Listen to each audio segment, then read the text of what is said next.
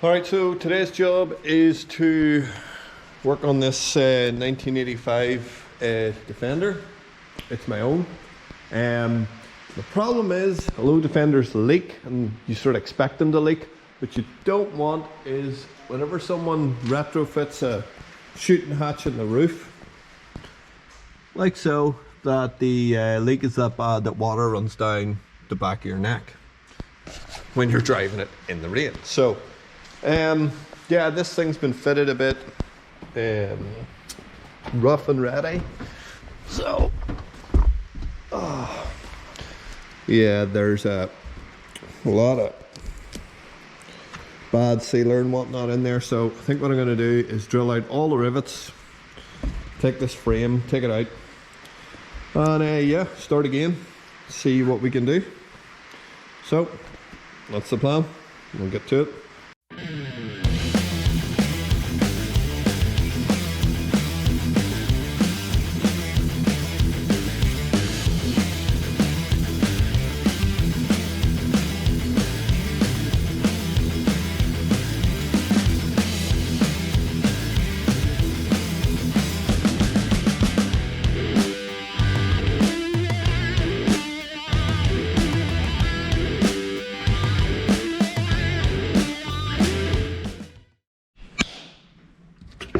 Right, so I got them pulled off, and as you can see, there's pretty much no sealant in underneath, just what was put on top. I assume that's where all the water's coming from. Yep, pretty messy. Yeah, but we got it all off without breaking it, so what I'm going to do now is get the wire wheel and clean it all up, and then get some new windscreen bond on it, seal it up, put it back together, and hopefully that'll stop it leaking all over me. So what I'm doing is cleaning these up with a wire wheel and then using the die grinder to get rid of all of the swarf and sharp edges that were put on this thing when it was drilled. You see the rust around the hole? Well, that there will be holding up and stopping it from sealing, and that's probably why the water's getting in. That, and they never used any sealant around the round where they put the rivets or anywhere in underneath. So yeah, should be able to make a job of this. Okay, now that I've got everything cleaned up, I'm just going around this with some thinners just to make sure the sealant has the best chance of biting on everything. And do the underside as well. I've already been around it with a wire wheel.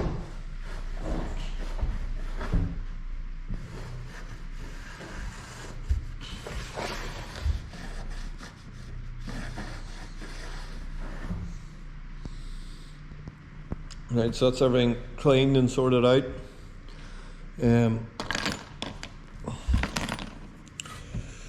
Have some big pop rivets. These are far too long for what I'm doing, but it's what I have, so they'll pull it together. So I'm going to get the sealant on, get the pop rivet gun up here, and then we'll go around and pop rivet this all and see how we get on. Say it'll be dead on.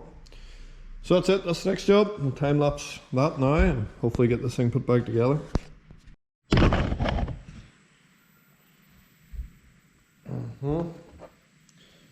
This is all sealed it up now, so we'll splooch them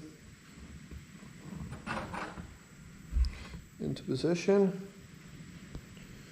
Hope that we've got this right. And if we have, hopefully, we can poke that in.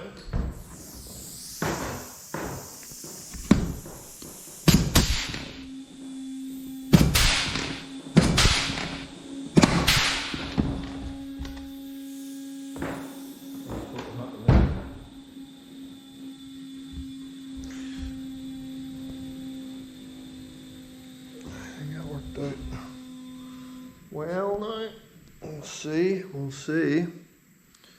Right then. The one in the middle of that. I think we could put the ones in each end here. So I can. So what we'll do is, just to make sure these guys do what we want, put a bit of splooch on them.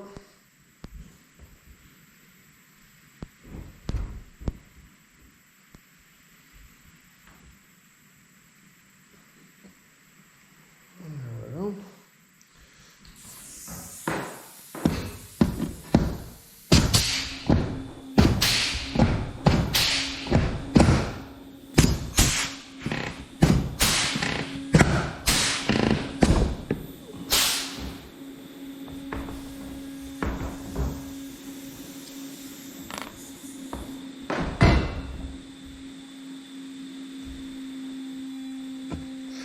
Okay, there's that one done. Right. We need to do the other side. So we do. And then hopefully this will all come together. Real nice, real nice.